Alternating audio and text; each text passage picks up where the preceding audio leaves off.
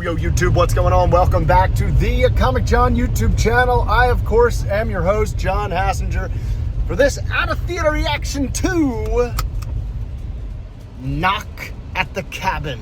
Directed by M. Night Shyamalan, starring the great, one of my longtime close personal friends, Dave Bautista. And holy shit! This movie, in horror movies a lot, they do a lot of, like, warming up. And this movie does warm up, but it starts hot. I mean, like, within the first minute or two, Dave Bautista's really weird, complex character shows up. And it just goes. And a bunch of moments where I was like, oh, I should have saw that coming.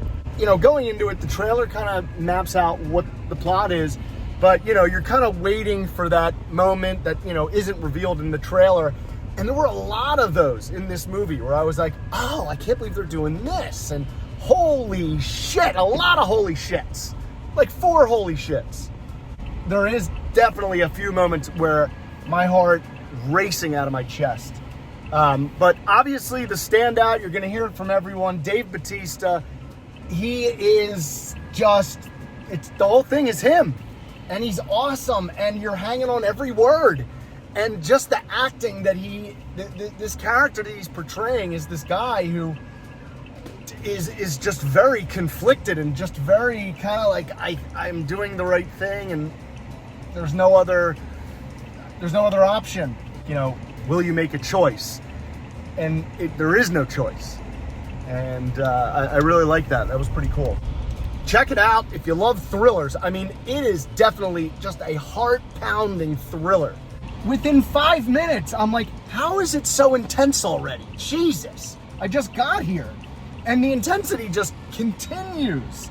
I really like how they use the news.